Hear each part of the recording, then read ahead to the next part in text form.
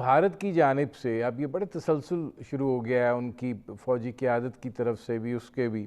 کہ جی در اندازی ہو رہی ہے، اور اس کے نتیجے میں لائن آف کنٹرول جو ہے اس کے اوپر جس طرح جنرل صاحب نے تعداد بھی بتائی کہ دگنا تقریباً اس برس اضافہ ہے، اور خلاف ورزیاں بڑی تسلسل کے ساتھ جاری ہیں، اور نہ صرف جاری ہیں بلکہ اب بھاری ہتھیار استعمال ہونا شروع ہو گئے ہیں۔ اور یہ بھی کہا گیا کہ اس لاک ڈاؤن کے دوران جو ہے بھارت نے کچھ فوجی افسران اور کچھ فوج جو ہے وہ مزید منتقل کی ہے۔ آپ کو کیا عزائم دکھائی دے رہے ہیں بھارت کے؟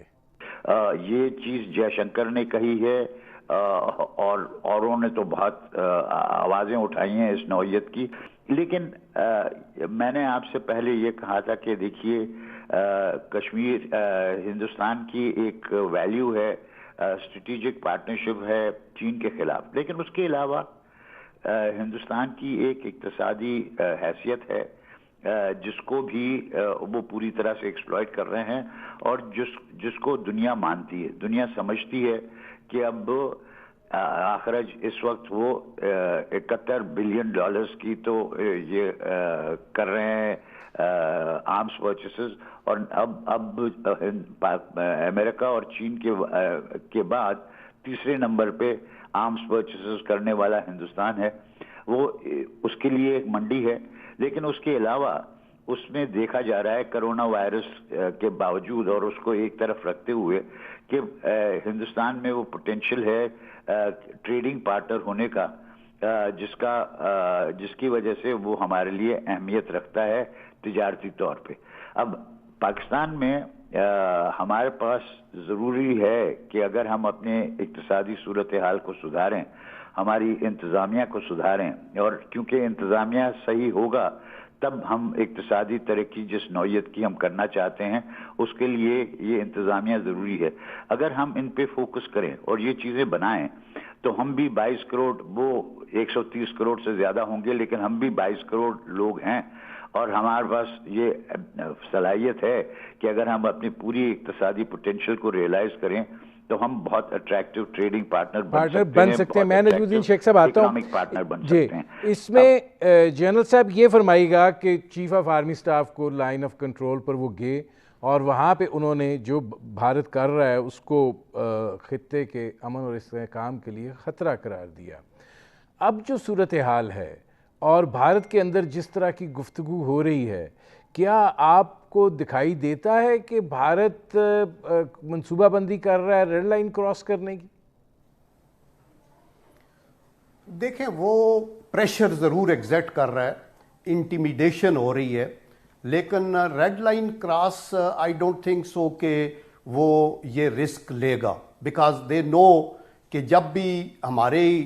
بیک ٹو دی وال ہوئی تو اس کے کانسیکوینسز بڑے بھیانک ہوں گے، اور that is what is the deterrence that we have. اور مودی تو اپنے مینیفیسٹو میں وعدے کر کے آیا ہے، اور یہ تو بلند بانگ دعوے کرتے ہیں کہ ہم کشمیر کے اندر گھس جائیں گے اور یہ کریں گے، اور میں نہیں سمجھتا کہ وہ اتنی جرت کر سکتے ہیں کہ آزاد کشمیر میں گھسیں۔ اور ابھی بھی یہ جو واویلا ہے یہ غلط ہے، اس کی وجہ ہے ان کی ڈبل فینسنگ ہوئی ہے۔ جب پرویز مشرف صاحب ایگری کیے نا 2003 میں سیز فائر پہ، چونکہ کراچی ایگریمنٹ کے تحت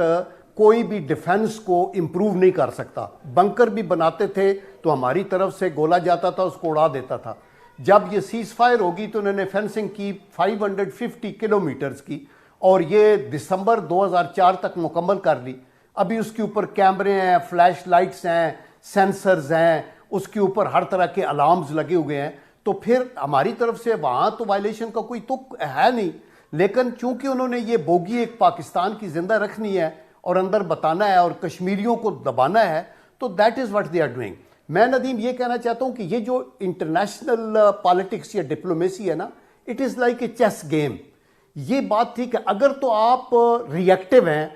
تو آپ کبھی بھی کوئی انیشیٹو نہیں لیں گے، نہ پرو ایکٹیو ہوں گے۔ یہ انڈرسٹینڈیبل ہے کہ کنٹریز کے اپنے انٹرسٹ ہیں، لیکن ہمیں لوپ ہول دے کے ایکسپلائٹ کرنا ہے۔ مثلا اب جب سے انڈین کی الائنمنٹ زیادہ امریکہ کی طرف ہوئی ہے تو ہمیں ایک اوپننگ ملی ہے کہ رشینز کا تھوڑا ایٹیچیوڈ ہمارے ساتھ بیٹر ہوا ہے،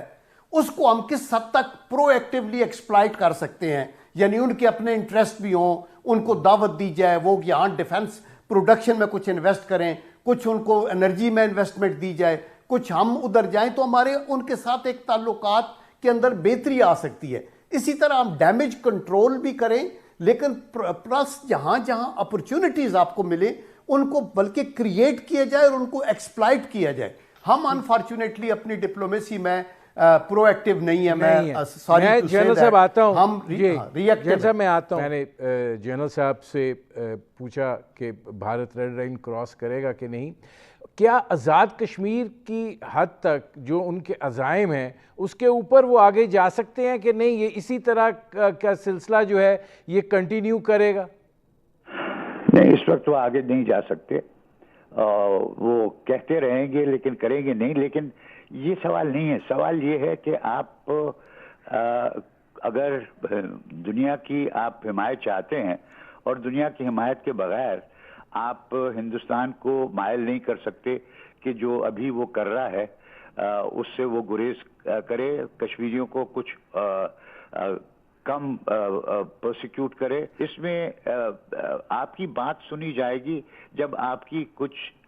پولیٹیکل ویٹ نہیں, اکنامک ویٹ ہوگا.